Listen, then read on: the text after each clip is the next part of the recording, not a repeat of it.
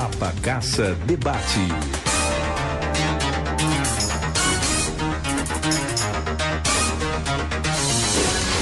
Patrick Oliveira. Beleza, 11 horas e 7 minutos, 11 e 7, começando aqui agora o nosso debate, a entrevista hoje, com muita satisfação, recebo mais uma vez, é sempre bom conversar com ele, o psicanalista Alexandre Vieira. Ele está por aqui, vai cumprimentar a população de Bom Conselho, de toda a região. Que satisfação tê-lo aqui mais uma vez, muito bom dia. Bom dia, Patrick, e bom dia a todos os ouvintes da Rádio Papa Caça. A satisfação, ela é recíproca, é igual. Para mim também é uma alegria estar aqui.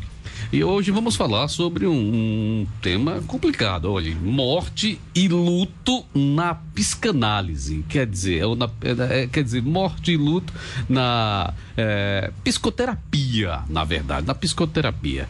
Eu vou perguntar o seguinte, começando logo falando sobre pulsação de vida e pulsação de morte, como é que é isso? Esses dois conceitos, eles existem dentro da psicanálise, né? Como você disse, a pulsão de vida, a pulsão de morte. A muito grosso modo, o que seria isso? Tudo aquilo que nos move, né, a realizar. A psicanálise chama isso de pulsão de vida, é esse impulso, é esse, de certa forma, esse desejo. E tudo aquilo que nos afasta da vida, do bem-estar, a psicanálise chama isso de pulsão de morte. Por exemplo, uma pessoa que está presa em um vício, qualquer que seja um vício. Então, o que é que acontece? Esse vício, né, direciona ou leva a pessoa para esse conceito que a psicanálise chama de pulsão de morte. A pessoa, né, realiza certas práticas, certas ações, né, que vão ali de encontro com a própria vida, com o próprio bem-estar. Né? Então, há essas motivações no ser humano, segundo a psicanálise. O doutor Alexandre Vieira, deixa eu perguntar o seguinte, por que é que o luto dói tanto? Qual a razão? Porque todo mundo sabe, aquela história, não, fulano de tal tá com Deus, aí existe aquela história, tá com Deus e tá num plano melhor do que esse. Senhora, se a pessoa tá num local melhor do que onde a pessoa está, deveria ficar feliz. Qual a razão? Verdade. Essa ideia, né, do luto, não só a ideia, na verdade, porque o luto ele é algo real, né? Mas essa dor do luto, ela se dá justamente nesse sentido, assim, no sentido de perda. Porque, por exemplo, quando a gente começa a lidar com as pessoas, a se relacionar, então, de alguma forma, aquelas pessoas que estão mais próximas da gente, né, parentes, amigos, né, relacionamento, não é? Então, de alguma forma, aquelas pessoas começam a fazer parte de nós. Dito de outro modo, essas pessoas começam a fazer parte da nossa vida. Então, quando a pessoa, sei lá, morre, então é como assim, não vai fazer mais parte dessa vida, da minha vida, melhor dizendo, não é? Então, ou seja, eu não vou ter mais ali aquela pessoa. Mas é importante também lembrar, né, para o nosso amigo ouvinte que está aí em casa, que o luto também não é só no sentido de morte, de perder alguém. O luto pode ser o distanciamento, né? Sei lá, dois irmãos, um pai, uma mãe que se separa do filho, que foi para uma outra região, outra cidade, morar, trabalhar. O luto se dá também, tudo aquilo que está associado a perder, sei lá, um término de um relacionamento. Essa perda momentânea? Isso, o luto...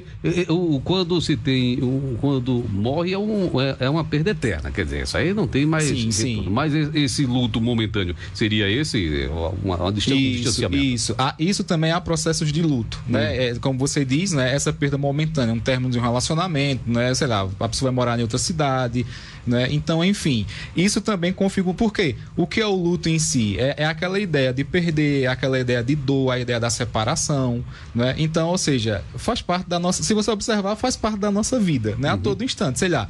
Às vezes a pessoa está ali num trabalho que gosta ou que precisava, né? Mas, sei lá, foi demitido, né? Ali, às vezes, sem esperar ou por justa causa, ali vai passar ali um tempo, uma fase do luto, né? Por aquela perda, por aquela frustração. Então, trocando em miúdos, o sujeito chora quando alguém morre, o sujeito, mesmo sabendo ou não sabe que a pessoa vai para um lugar melhor, ele chora por qual circunstância? Aí, por exemplo, a gente pode pensar nas fases do luto. A primeira fase do luto é aquela fase assim da negação. Então, vamos pensar no sentido de perder alguém. Negação. Tem muita gente que começa a negar. Tipo assim, eu não acredito que ele morreu, que ela morreu, ou então eu vou encontrar essa pessoa novamente. Então, ou seja, a pessoa nega para tentar suportar. Essa é uma primeira fase. Uhum. Depois vem a fase da raiva. A pessoa, nessa fase da raiva, ela começa a encontrar culpados. Geralmente, a pessoa culpa Deus. Né? Porque assim, tem a ideia de que Deus é o criador de tudo, de fato né? Que tudo ele pode, então ele poderia evitar aquilo. Né? Então, ou seja, a pessoa ali encontra um culpado na fase de culpa, né? Ali da raiva. Depois vem a fase de negociar, de barganhar. Tipo assim, sei lá, se o senhor me der essa pessoa de volta, né, eu vou ser uma pessoa melhor. Se você voltar para mim, né, eu vou melhorar, eu vou ser uma pessoa melhor, eu vou melhor em tais aspectos da vida. Então essa é a terceira fase, é a barganha, a negociação, né? A quarta fase é uma fase que pode ser uma fase depressiva, no sentido mesmo assim da depressão, ou uma fase no sentido de uma tristeza profunda. Essa fase também ela é importante. Por quê? Porque é nessa fase chega em algum momento que a pessoa começa a ter consciência ali dos seus próprios sentimentos. Nessa fase assim de tristeza, né, ou depressão. E por fim ali, a última fase, que é quando a pessoa começa a tomar consciência dessas perdas, né, sejam, entre aspas, para sempre ou momentânea, depois ela começa a aceitar. Então são essas as 5 fases do luto, né? A muito grosso modo, claro que isso é muito individual de cada um, essas fases devem durar 30, 40 dias, né? Se passa a ser meses, então é interessante que a pessoa possa buscar uma ajuda para aprender a ter um suporte para enfrentar esse luto, né? Mas assim, geralmente as fases do luto são essas. 30, 40 dias, mas aí qual o problema? Claro, o sujeito passa um momento, ele fica meio deprimido, meio triste e tal. Quando passa a ser um problema? Um problema para a pessoa que está passando aquele luto? Quando esse tempo ele vai se estendendo, ou então quando a pessoa não quer sair dessa fase do luto. Isso passa a ser um problema. Porque, dito de outro modo, é como se fosse assim. A pessoa tá ali fazendo o velório para a vida toda, né? Sei lá, o corpo foi enterrado, o relacionamento não volta mais, mas a pessoa não quer sair do luto, então fica ali remoendo, né, todo aquele processo. Geralmente quando a pessoa começa a remoer, vem ali muita ideia de culpa, né? Então, ou seja, por isso a importância de trabalhar, se a pessoa não consegue lidar de uma forma natural. Então nesse caso é alguma coisa, algum remorso, que não tem mais como resolver ou mais conversar e fica com aquilo na cabeça. Um remorso, a culpa, medo também. Então veja, são todos sentimentos, né, que estão ali envolvidos, e é justamente isso, né, trabalhar esses sentimentos que um processo de psicoterapia faz também. Estamos conversando com o psicanalista Alexandre Vieira, falando inclusive sobre vários assuntos. Se você quiser mandar a sua pergunta, fique à vontade. O WhatsApp é o 981750578, 981750578. Mande para cá a sua pergunta e ele vai responder tranquilamente. O que é um sonho recordado? Um sonho recordado? É quando a pessoa ela fez aquela experiência do sonho. Então, ela acha que de alguma forma aquilo ali foi real. Agora, quando a gente fala em sonho, as pessoas ficam muito curiosas, né? Mas, por exemplo, só para as pessoas entenderem, a matéria do sonho, né, o que faz o sonho acontecer, dentro da psicanálise, ela está muito associada a desejos reprimidos, ou seja, desejos guardados, ou então experiências que a pessoa passou, ou experiências de alegria, de medo, de frustração, né? Então ficou ali guardado. Então, por exemplo, sei lá, um adolescente, né, que está ali no início da adolescência, sei lá, tem um desejo de querer namorar, de querer sair, ter uma certa liberdade, e isso é reprimido pela parte dos pais, geralmente. Então a pessoa pode sonhar, né, ali, sei lá, namorando, casando, nesse sentido, porque é um conteúdo que foi reprimido, ou é um desejo não realizado, né? Então a psique ela cria todo um ambiente diferente, né, para de alguma forma, ainda que seja por meio do sonho, realizar aquele desejo reprimido, aquele desejo guardado. Então aí vem ali recordações, às vezes a pessoa acha que foi real, né, quando acorda ali e tal, né, passa. Então tá muito associado a isso. E quando tem muita gente que diz que sonhou, como se tivesse viu uma foto e imagina que sonhou já dentro daquela foto, daquela imagem ou daquela paisagem, enfim. Porque geralmente eu conheci um sujeito e ele... geralmente quando ele via uma foto de 1920, 1930, ele diz, olha, eu me vejo ali, eu já vi aquilo ali em algum momento, em alguma situação, eu vivenciei aquilo ali. O que é que acontece nessa situação? Na verdade, isso pode ser uma espécie, digamos assim, pode ser até um devaneio mesmo da própria pessoa. Agora, não em todos os casos, obviamente, né? Aqui são possibilidades. Por exemplo, a neurociência fala um pouco disso também no seguinte sentido. A nossa visão, quando ela não foca os dois globos oculares, quando eles não focam igualmente no mesmo objeto, se houver uma diferença ali de 0,1 segundo, ou seja, um olho vê primeiro do que outro, 0,1 segundo, quando o outro olho vê e completa essa imagem, então a pessoa pode ter a sensação de já ter estado naquele lugar. Isso é uma explicação da neurociência, né? Então, ou seja, eu preciso ver com os dois globos oculares no mesmo tempo. Se houver uma diferença de tempo, eu posso ter a sensação de que eu já estive lá, quando a informação chega no segundo globo ocular, né, no segundo olho. Então, a neurociência fala isso. E do ponto de vista, assim, da mente, né, é justamente isso. Pode ser um desejo, pode ser um devaneio, né? Então, eu vejo muito por esse lado. Sobre essa questão, né, de ver, ter a sensação de estar em lugares, né, eu conheço por esses dois caminhos. Agora são 11 horas e 18 minutos. Eu vou fazer o seguinte, eu vou abrir aqui o intervalo para dar tempo você, dar espaço para você ficar à vontade, participar. Inclusive já tem aqui algumas perguntas. Fique à vontade, pode mandar a sua. Hoje conversando com o psicanalista Alexandre Vieira. Eu vou aqui abrir o intervalo e retornaremos já. Aí vamos falar à vontade aqui com um tempo maior. Fique à vontade, 11h19h30. Continue na sintonia. 102,9. Papacaça FM.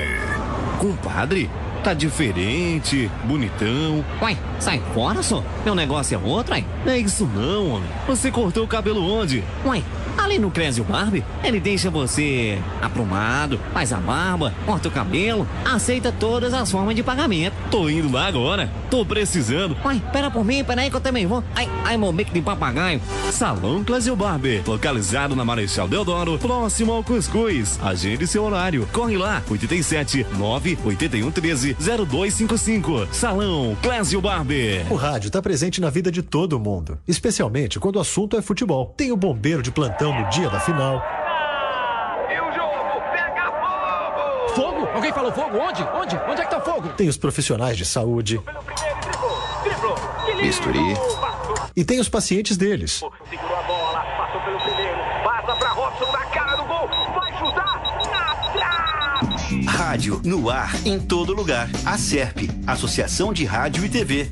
Anuncie no rádio. O rádio está junto ao consumidor na hora da compra. O consumidor passa 17% mais tempo ouvindo rádio que outros meios de comunicação. O rádio é o único veículo que atinge o consumidor em qualquer lugar. O rádio está presente em 99% das residências. Quando você não anuncia, sua marca desaparece e o seu concorrente sai na frente. Apareça, anuncie aqui. Ligue para o nosso departamento comercial 3771-1262 e no endereço eletrônico atendimento papacaça@gmail.com. De segunda a sexta, estou com vocês aqui na sua Papacaça, com os bastidores da capital do país, o comentário e a interpretação dos fatos do Brasil e do mundo. De Brasília, Alexandre Garcia. Comentários de Alexandre Garcia. Oferecimento Bradesco.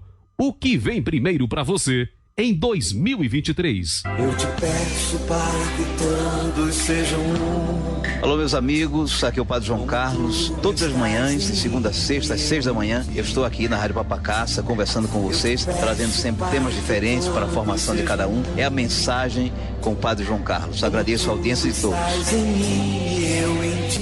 Rádio Papacaça. Papacaça Debate.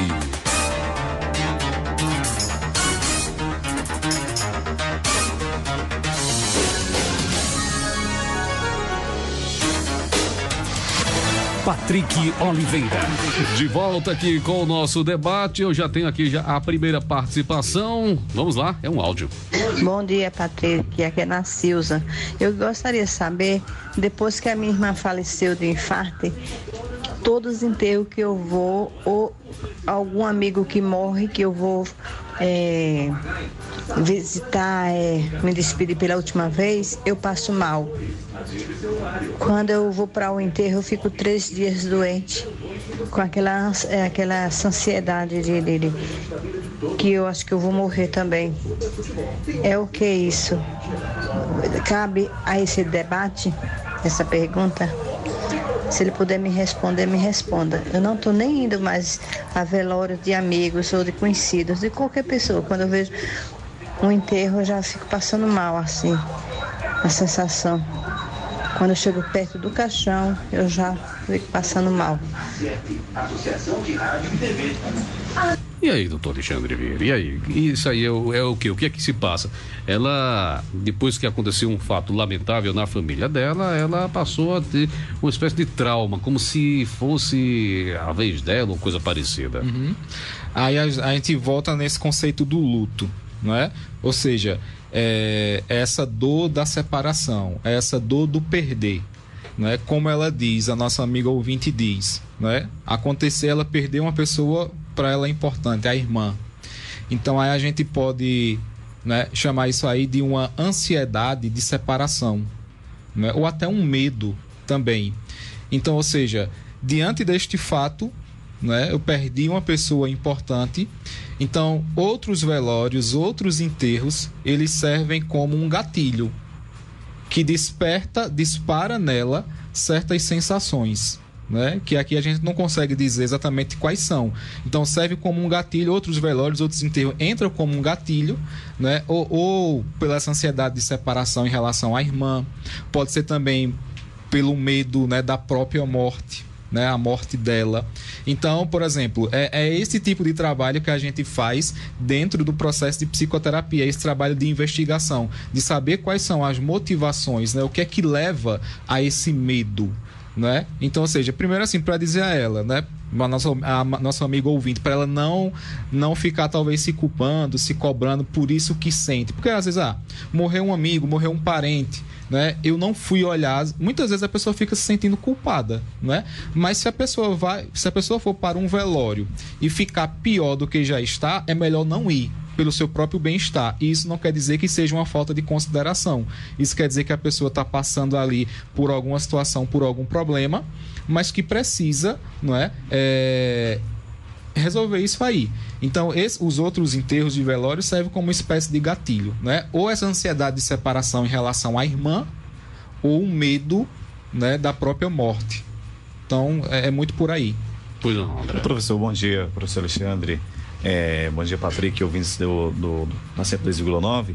Quando o senhor coloca que se for para você ir a um velório e se sentir pior do que você já está, é melhor não ir. Mas existe também aquela possibilidade de não ir ao velório. O pessoal fala muito, não, se eu não for, depois eu vou me sentir pior. Existe essa possibilidade também ou não? Não pode implicar no luto, não? Sim, pode existir essa possibilidade. E aí entra aquela questão do bom senso, né? Então, ou seja, ir ou não ir? Onde é que eu vou sofrer menos? Porque eu vou precisar fazer uma escolha, né? Se eu for ao velório ou se eu não for, onde é que eu vou sofrer menos? E também entra aí algumas crenças populares. É preciso entender isso também. Por exemplo, às vezes as pessoas dizem assim: se eu não for, vão achar que é falta de consideração. Que na verdade não é. A pessoa, pensando nessa possibilidade, se a pessoa for, né, e depois, como se diz na linguagem popular, arriar os nervos, né, ficar em casa ali, né, sei lá, alguns dias de cama, com medo, com ansiedade, né, lá no pico, então é melhor não ir. Então, nessa questão, o bom senso, né, onde é que eu vou sofrer menos, se eu for ou se eu não for, né? Então, ou seja, mas isso também, né, são emoções que falam a respeito da própria pessoa. É um momento também da pessoa ali se perceber, né? Eu tô com medo, né? Por quê? De ir ou de não ir, né? O que é que vai acontecer comigo? Então, é nesse sentido. O bom senso, ele sempre cabe. Uma outra participação, vamos lá? Bom dia, Patrick. Patrick, aqui é a Helenice. Patrick, eu também gostaria de saber aí do Dr. Alexandre sobre mim, né? Porque é assim, Patrick, eu gostaria de saber dele o motivo que você sabe me responder, né? Essa pergunta é minha, porque eu não consigo ir velório de ninguém, principalmente da minha própria família. O próprio pai meu, ele faleceu, eu não tive como ver meu pai, porque eu achei que se eu chegasse junto naquele caixão, eu falecia também, entendesse? Então já se foi muitas famílias minhas e eu não consigo ir para o velório, eu fico em casa passando muito mal e lá eu não vou, porque eu acho assim, que se eu chegar lá também, eu vou morrer, né? E por isso eu gostaria de saber dele, por que é isso? Doutor Alexandre. Veja uma coisa, quando a gente fala do comportamento humano, tem um caminho, digamos assim, né? Um caminho entre aspas. Veja, eu penso, eu sinto e eu ajo. Vejam o seguinte, para que uma ação nossa possa acontecer, primeiro eu precisei pensar. Então, quando eu penso, eu posso sentir sentimentos positivos ou negativos. Então, se eu tenho um sentimento, um exemplo, qualquer sentimento negativo, a minha ação provavelmente ela vai ser negativa. Se eu penso positivamente, eu vou sentir, né, essas emoções e sentimentos de uma forma positiva, então a minha ação vai ser positiva. Só que antes dos pensamentos tem um conjunto, digamos assim, tem um balaio, né, de experiências que nós chamamos de crenças. Ou seja, neste caso específico, né, seria interessante investigar quais são as crenças que essa nossa amiga ouvinte ela tem a respeito da vida, da morte, né? Por quê? A respeito do velório, do enterro, porque são essas crenças, né? Ou seja, aquilo que ela aprendeu quando era criança, quando ela era adolescente, né? Ou seja, a questão também cultural, a cultura que a pessoa está inserida ajuda a formar as crenças que eu falo, é a forma de pensar, é a forma de enxergar o mundo. Se essa pessoa pratica religião ou não, isso influencia. Que tipo de religião a pessoa pratica, isso influencia na formação dessas crenças. Essas crenças vão produzir pensamentos, esses pensamentos vão produzir sentimentos e a partir dos pensamentos e sentimentos essa pessoa vai agir. Então, ou seja, seria um trabalho aí, né, de uma psicoterapia no sentido de fazer esse trabalho de investigação, né? Porque o que é que acontece? Muito provavelmente tem ali uma crença, ou seja, uma forma de pensar que está alimentando esse medo. Então, de um lado tem a crença, a forma de pensar, na outra ponta tem a ação dela, que é não ir. Né? Mas o que alimenta essa ação são as crenças e os pensamentos. Então, por isso que seria interessante, né, ela poder buscar uma ajuda para poder entender de fato ali, conhecendo a biografia dela, a história dela, né, o que é que está por trás, né, desses pensamentos e sentimentos. O Chico Anísio, ele disse o seguinte, que não, quando ele estava vivo ele dizia, eu não tenho medo de morrer. Eu tenho medo de deixar tudo e sair aí ao léu e não poder ver mais nada. Por que as pessoas têm tanto medo de morrer? Esse medo de morrer, ele vem muito também do apego, né? Vamos entrar um pouquinho nessa seara, como você diz, né? Veja, o ser humano por si só, na nossa própria natureza, na nossa própria constituição, nós somos seres impotentes. Ou seja, a gente não pode tudo. A gente não pode tudo. Só que essa impotência, o que é que acontece? Essa impotência, ela faz a gente se sentir frustrado. Diante da frustração, geralmente surgem dois sentimentos, o medo e a ansiedade. Então, ou seja, somos impotentes, ou seja, não podemos realizar tudo, né? Queremos segurar a vida do nosso jeito, do nosso modo, por sermos impotentes, logo não podemos. Né? Não conseguimos. E aí vem esse medo ou vem essa ansiedade, né? E aí o sofrimento está justamente aí, né? É diante desta impotência, né? Porque nós não podemos tudo, nós não vamos realizar tudo, ao menos nessa vida, né? E aí, por exemplo, quando você diz tudo aquilo que ele planejou, é isso aí? Tudo que a gente planejou, sonhou, projetou, né? Por exemplo, vamos pegar aqui um luto de separação de um relacionamento. Muitas vezes o que dói mais não é o distanciamento da pessoa amada. Isso vai doer, obviamente. Mas muitas vezes o que dói é os sonhos, os projetos. Eita, agora nesse mês de março, né, a gente tinha planejado fazer uma viagem. A gente tinha planejado começar a comprar os móveis da nossa casa. Então, ou seja, são sonhos, são projetos que com a separação desse relacionamento caíram por terra. E aí vem, né? Ou seja, essa impotência, esse sentimento de frustração. Mas aí, pegando agora, no caso aí, o assunto aqui é danado. Pegando aí no caso da separação, a convivência, não vai sentir a falta, porque por mais que o sujeito passou casado tantos anos com fulana ou com fulano, aí acordando daquele jeito, falando sempre, mas aquelas discussões fazem com que teve gente que diz, eu não aguento nem escutar a tua voz. Mas quando separa, aí sente falta de escutar a voz. Isso. E agora?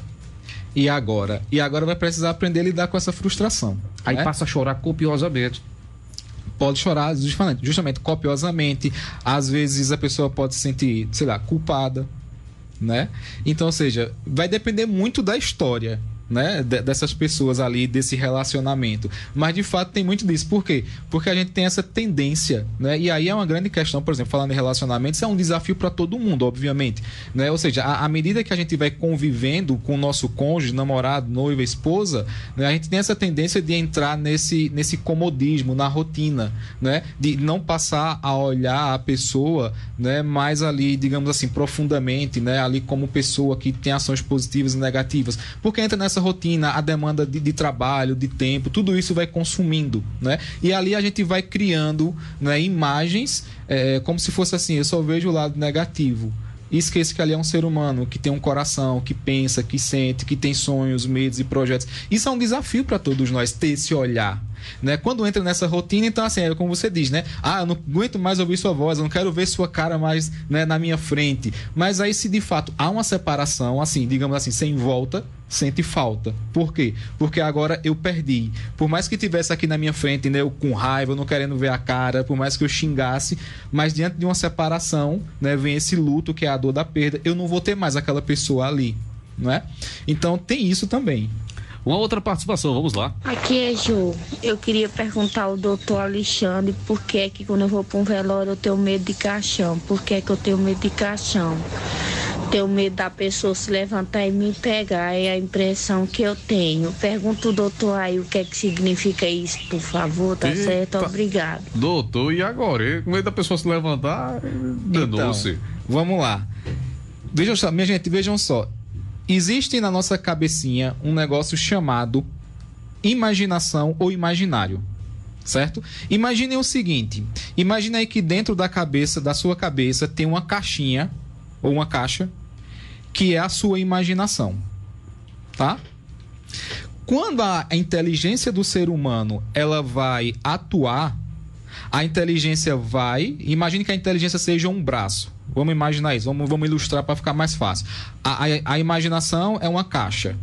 Tem ali várias imagens ali dentro. A inteligência é um braço. Quando essa inteligência ela vai atuar, ela vai pegar algum conteúdo da imaginação, que vai ter uma conexão com a realidade, com a vida em si. Quando a pessoa diz assim, eu tenho medo de caixão, por exemplo. Então, ou seja, a imaginação desta pessoa está cheia de símbolos, de imagens associadas a essa questão de ele vai ou ela vai se levantar e vai me agarrar, vai me pegar. Onde é que surgiu essa imaginação? As histórias que ouviu quando era criança, quando era adolescente, dos filmes que assistiu, né? Então, ou seja, são todas essas experiências que vai formando as crenças que está dentro dessa caixa que é a imaginação. Então, quando a inteligência vai atuar, ela vai lá, põe a mão e ela pega o que está ali, né? Agora, por exemplo, eu vou entrar em um ponto aqui que é interessante e importante também. Quando a pessoa, né, ela começa a abrir mão desse imaginário popular, das histórias, dos filmes, né? E ela começa, por exemplo, a praticar uma religião boa e positiva, isso há um processo de ressignificar. Então, por exemplo, no cristianismo, né? Para o cristianismo, a morte ela é uma separação, né, do corpo e da alma. Né? Então, ou seja, o corpo será enterrado, a alma, né, vai para o céu ou para o inferno, na linguagem popular, mas há essa mensagem de vida eterna. Então, ou seja, a pessoa começa a abrir mão dessas histórias populares, né, e começa a crer. Então, a religião ela tem esse papel. não é? De colocar essa esperança ali no coração. Então, mas voltando na pergunta dela, é justamente isso. Tem conteúdos aí dentro da imaginação dela que está associado a isso, a história que ela ouviu, a filmes. Por exemplo, a gente ouvia muito, hoje não, né? Mas eu lembro quando eu era criança e adolescente, eu ouvia muito aquela história de caboclinha, fogo corredor, né? E associado ali lobisomens, né? A filmes. Então, tudo isso vai compondo o imaginário. Eu tenho aqui, só uma pergunta aqui do ouvinte, essa pergunta aqui diz o seguinte: bom dia, Patrick, eu queria saber se o psicanalista, ele poderia tirar minhas dúvidas, porque quando eu durmo, eu sonho bastante, e quando acordo, estou cansada, como se eu estivesse vivendo aquele sonho todo. E agora? Acorda cansada. De repente sonhou levantando uma parede dessa aqui. Acordou cansada, essa moleque. Nas costas. E agora, doutor? Diga aí. Lembrando, qual é o conteúdo do sonho para a psicanálise? São conteúdos, desejos reprimidos, guardados. Isso é um conteúdo muito importante, né? Então, ou seja, tem desejos ali, vontades que ou elas não foram realizadas totalmente ou não foram realizadas até então. O nosso psiquismo, de alguma forma, ele precisa realizar aquilo. Então, veja, diante desse conteúdo que não foi realizado, há uma tensão ali.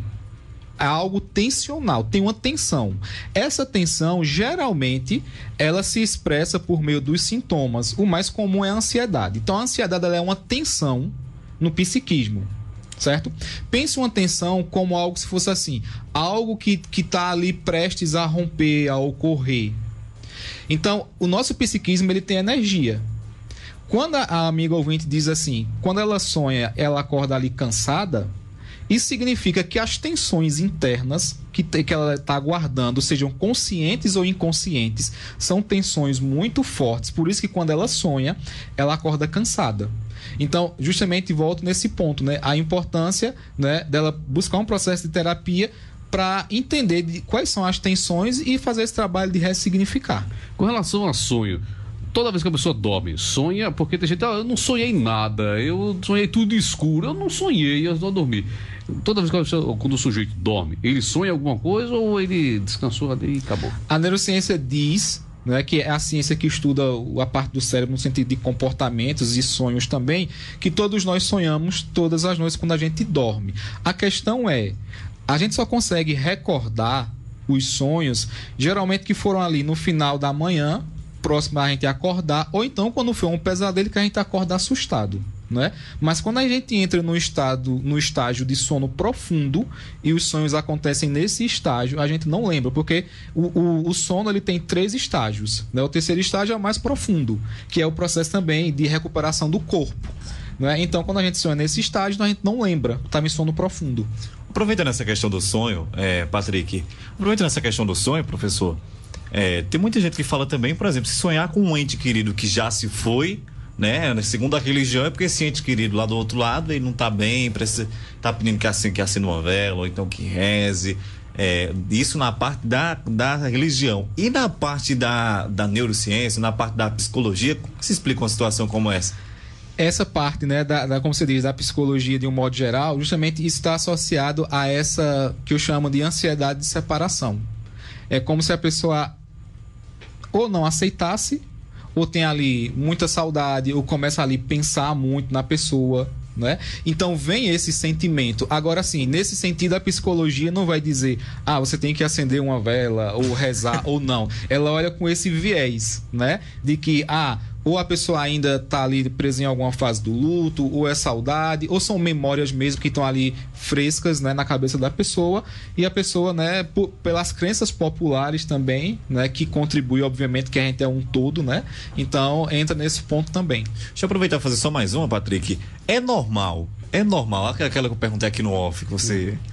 É normal a pessoa, ao entrar em um determinado velório, a participar de uma determinada situação, a pessoa se imaginar, um exemplo, eu acho que muita gente está nos ouvindo, talvez algumas pessoas já tenham passado por esse tipo de situação, mas até agora não teve coragem de perguntar, eu vou perguntar representando. É normal a gente se imaginar naquela situação, mas se imaginar sendo velado? Sim, é normal, isso não é coisa de doido, tá? Não é doido. Não é coisa de doido. Porque eu pensei que eu tava doido. E aí, André, nessa sua pergunta, eu vou até sugerir os nossos amigos ouvintes, e aí cada um olhe para a sua realidade. Isso não é um exercício que serve para todo mundo, mas cada um olhe para a sua realidade e faça isso com calma. Porque tem pessoas que têm uma grande dificuldade, por exemplo, de entender o luto quando perde alguém. A grande questão está aqui.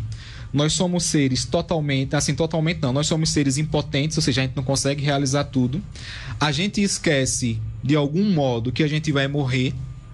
Então a gente acha que é sempre o outro, é o vizinho, mas a gente não sabe se hoje a gente termina esse dia de sexta-feira, a gente não sabe, né? Então, é aqui onde é que entra o exercício, e eu digo assim, muito cuidado. Para essas pessoas que mandaram perguntas e os que não mandaram e se sentem assim, não é que tem um medo da morte, que tem um medo de velório, não faça esse exercício, tá? Não faça esse exercício.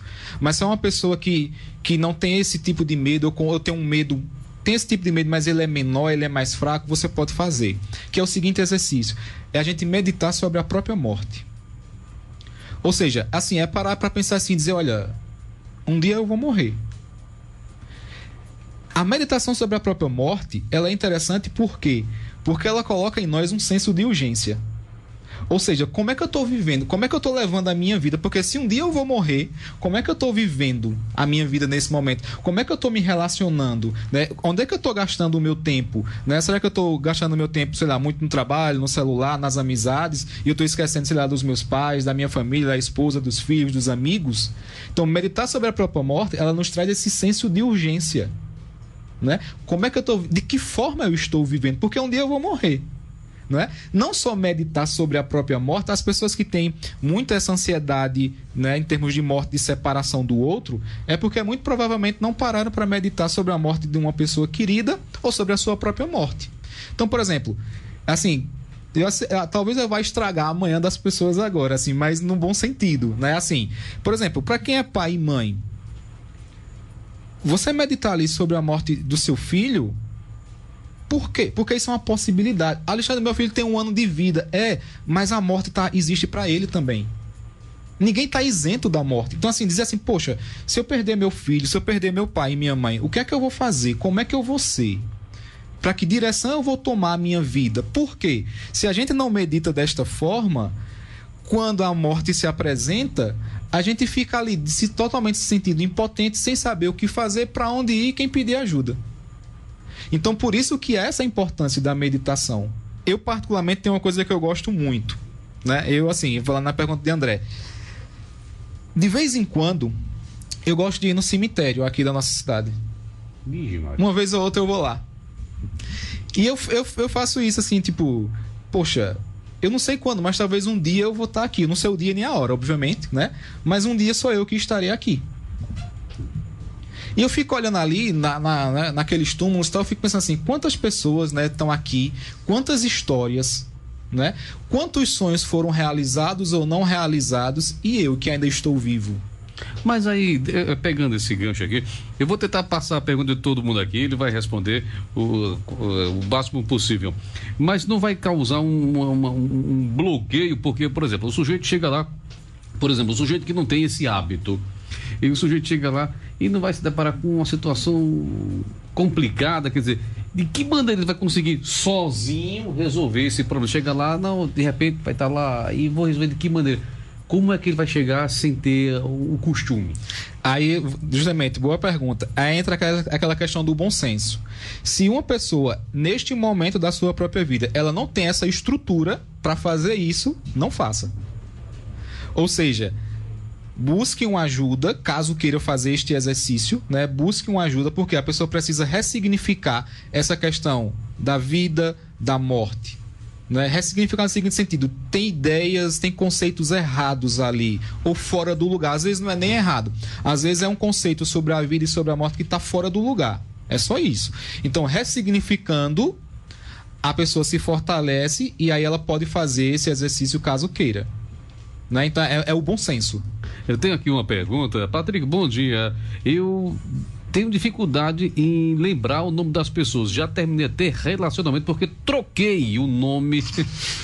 Aí deu ruim. Aí o sujeito não consegue estar com a fulana ou com fulano e não lembra daquela pessoa, mas chama o nome do ex ou da ex. Tem dificuldade de lembrar o nome das pessoas. Qual a razão?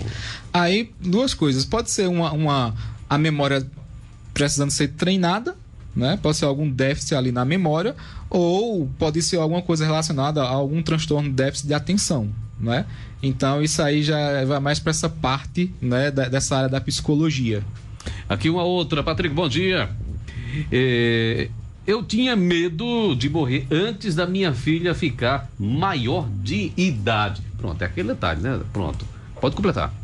Então, veja, eu tenho esse medo. De onde vem esse medo? De novo, nós somos seres impotentes, ou seja, a gente não pode tudo. A gente não controla quase nada.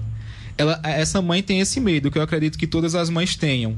Mas aí onde é que tá? Quando a gente olha para a realidade ela é maior do que a gente. Ou seja, a realidade não chega aqui pra gente e vai dizer assim, você quer que amanhã seja como?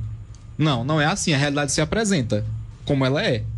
Não é? então, a realidade, dentro assim, do sentido da vida como um todo, a realidade é: os filhos, os pais, geralmente morrem primeiro do que os filhos. Mas isso não significa dizer que os filhos possam morrer primeiro do que os pais. Essa é a realidade da vida. Né? Então, ou seja, ela não quer, mas essa possibilidade existe. E aí entra nesse ponto, né? Ou seja, de se sentir impotente. Ou seja, eu não posso mudar isso. Uma outra aqui pergunta: bom dia, Patrick. Toda vez quando eu vou dormir, eu fico o dia todo pensando no que eu fiz, o dia todinho. E aí demora muito, horas e horas, para poder agarrar no sono. Existe alguma solução para isso ou vou ter que conviver com isso aí por toda a vida? Então, essa forma de pensar, né? De fato, tá trazendo ali um pensamento, vai trazendo um outro, né? E a pessoa, ao invés de entrar em um estado de sono, entra aí num processo de pensamentos, né? Então, ou seja, já que está lhe atrapalhando no sono, né? Pare de pensar assim, ou diminua essa forma de pensar. Uma dica muito prática, assim, né? Isso a gente chama, né, de exame de consciência. Pare para pensar assim, como é que foi pensa assim, como é que foi meu dia hoje? O que foi que eu fiz de bom? O que eu fiz de ruim? E o que é que eu posso corrigir amanhã? Ponto. Assim, 5 minutinhos no máximo. 5 minutinhos no máximo. Pronto. Como foi meu dia hoje? O que eu fiz de bom? O que eu fiz de ruim? O que é que eu posso consertar amanhã? Ponto. Se não consegue, então, né, põe uma música instrumental, vai ler um livro, toma um chá de camomila, né, para ajudar aí a relaxar um pouco mais. Professor, e é para aquelas pessoas, ainda nessa questão do luto, né, nessa questão do... como é que eu posso dizer? Para aquelas pessoas que não vivem o luto, vamos dizer assim, acontece uma determinada situação que no jargão popular o pessoal costuma dizer que é uma pessoa fria, uma pessoa que não repassa sentimento, não repassa ali, não chora ou algo do tipo. Para essas pessoas frias, essas pessoas realmente elas não sentem o luto, essas pessoas realmente elas têm o cérebro um pouco mais desenvolvidos que o nosso. Ou é coração de pedra mesmo. Ou é coração de pedra mesmo. Então, volta nessa questão, por exemplo, das crenças. As crenças que eu falo é a forma de ver o mundo, de enxergar, né? Ou seja, isso vai depender muito de como a pessoa enxerga a morte, né? Enxerga a morte. Então, por exemplo, se a pessoa enxerga a morte não como um fim, então ela vai lidar melhor com esse processo de separação. Isso é uma coisa, né? Outra coisa é esse coração de pedra, esse frio no senso popular, é o seguinte, é uma forma como a pessoa reprime este luto, é uma forma de reprimir, pode ser também essa possibilidade. Só que aqui há um problema. Mais tarde, depois não sei de quantos meses, talvez até de anos, isso vai voltar por meio de algum sintoma. Esse conteúdo, luto, que foi reprimido, que foi guardado, ele vai voltar por meio de sintomas. E aí os sintomas são diversos, sei lá, palpitação, sudorese, medo, pânico, né? Cada um tem a sua própria estrutura. Porque, veja, quando a gente reprime muita coisa, né? Imagine ali, sei lá, um açude que vai enchendo de água, vai enchendo de água, vai enchendo de água. Em algum momento aquele paredão não suporta se ele for enchendo cada vez mais. Então, o nosso conteúdo interno é semelhante a isso. Cada vez mais que eu vou reprimindo, que eu vou guardando, o meu interior ou a minha psique vai se enchendo, chega uma hora que ela não aguenta mais. Ela rompe como se fosse um paredão. E esse romper é os sintomas. Medo, palpitação, sudorese, e os sintomas são diversos. Tem aqui uma outra, bom dia. Sonhar muito com cobra ou água barrenta tem algum significado? É o meu amigo Wanderson Gomes, lá de Lagoa Douro. Ele sonha muito com água barrenta e com cobra. sonhei direto com isso aí. Quer dizer alguma coisa?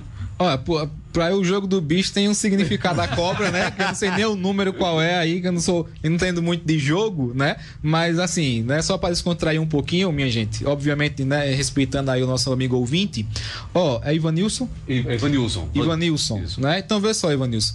É aqui onde é que entra. Quando a pessoa ela sonha muito com uma coisa ou um determinado conteúdo, o que é que acontece? Isso significa que é uma linguagem do inconsciente.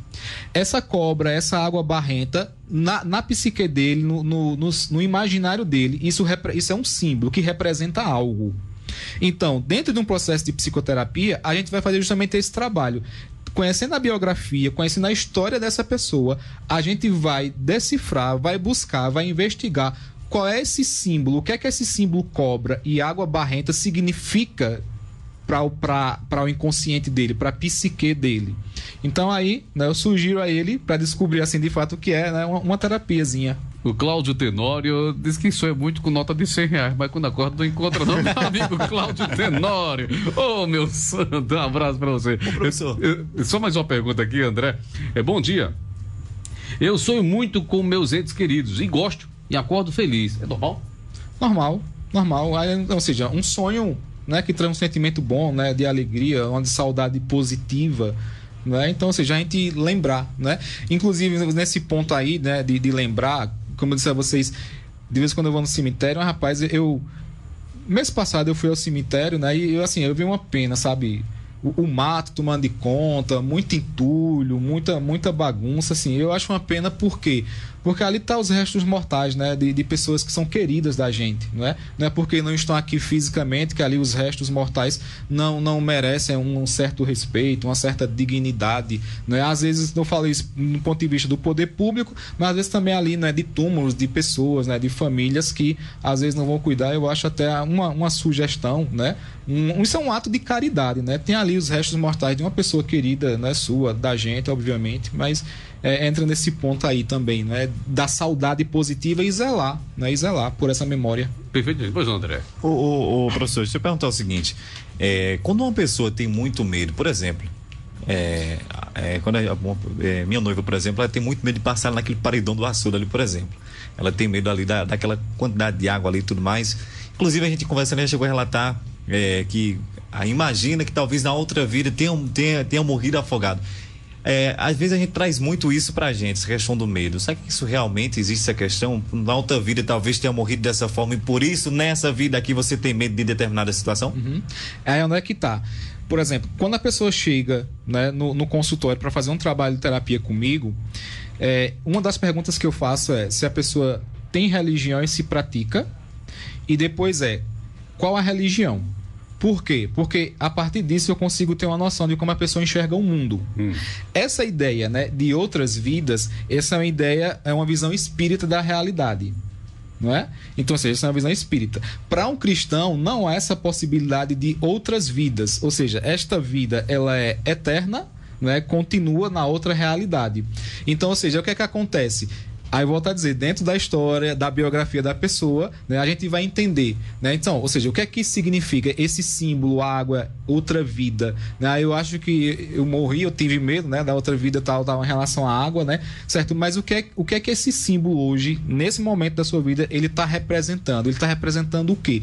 Sei lá, um medo, uma neurose de controle. Então é sempre esse trabalho de investigar, de procurar entender. Mas a visão como a pessoa enxerga o mundo também contribui muito para isso, para essas visões. Deixa eu trazer aqui mais uma participação. Bom dia, Patrick. Aqui é Lúcia da rua João Cordeiro de Oliveira. Eu gostaria de escutar a música. Não, essa aqui não, essa outra aqui, perdão, essa outra aqui, vamos lá. A música tocou, aqui, essa aqui. Bom dia, Patrick. Bom dia, professor Alexandre.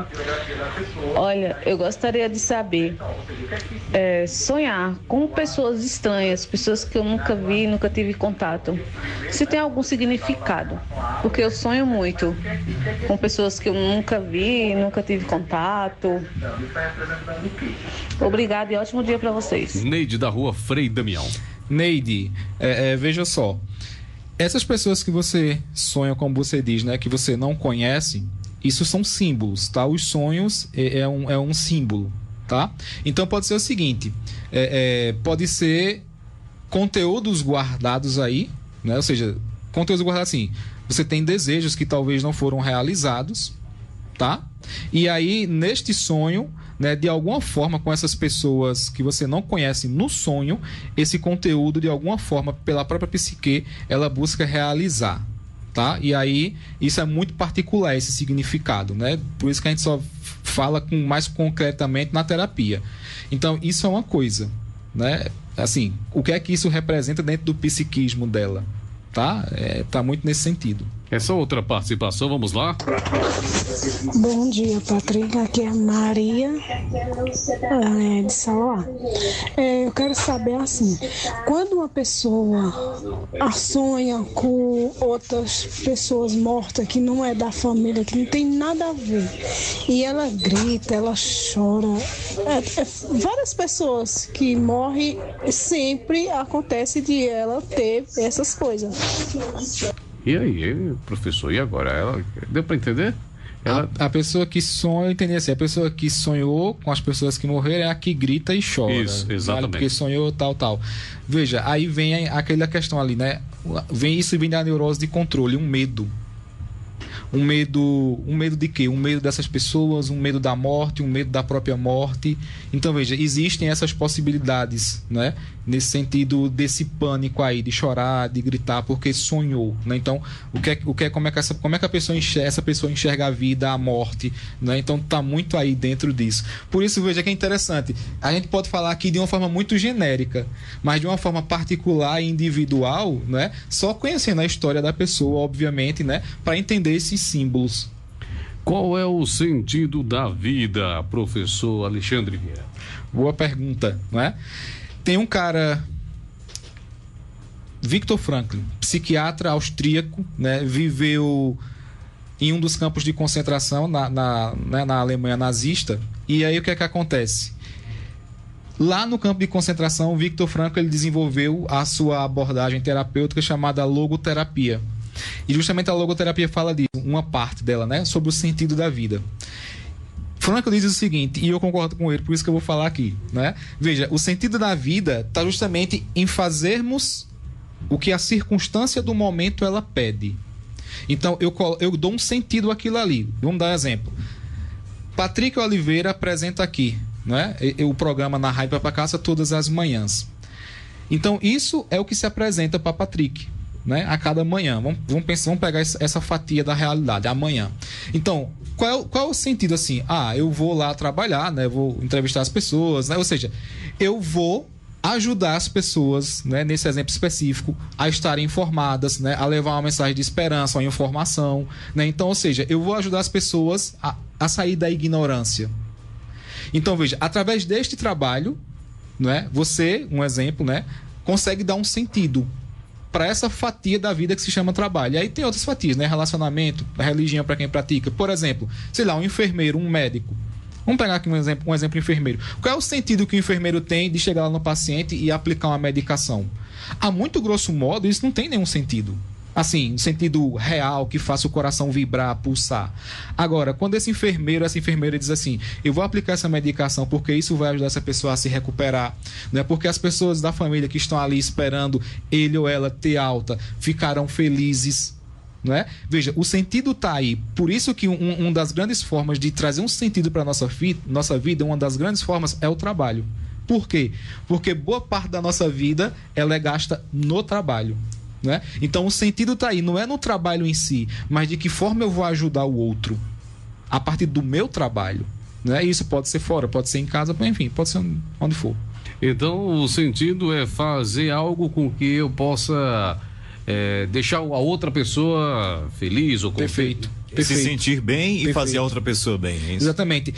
O se sentir bem ele vem depois. O primeiro porque o sentido da vida ela é sempre para fora. Vejam, existe mais alegria em dar do que em receber. Quantas vezes a gente fez um bem ao outro e parece que nós ficamos mais felizes do que a própria pessoa que recebeu um bem? Justamente para dizer isso, que o bem, que o sentido, ele está sempre para fora, ou seja, na direção de um outro. Um exemplo aqui, uma pessoa, né, que tem uma depressão, sei lá, uma ansiedade, um medo, uma das coisas que aumenta esse sofrimento ela é a pessoa que começa a olhar simplesmente para si.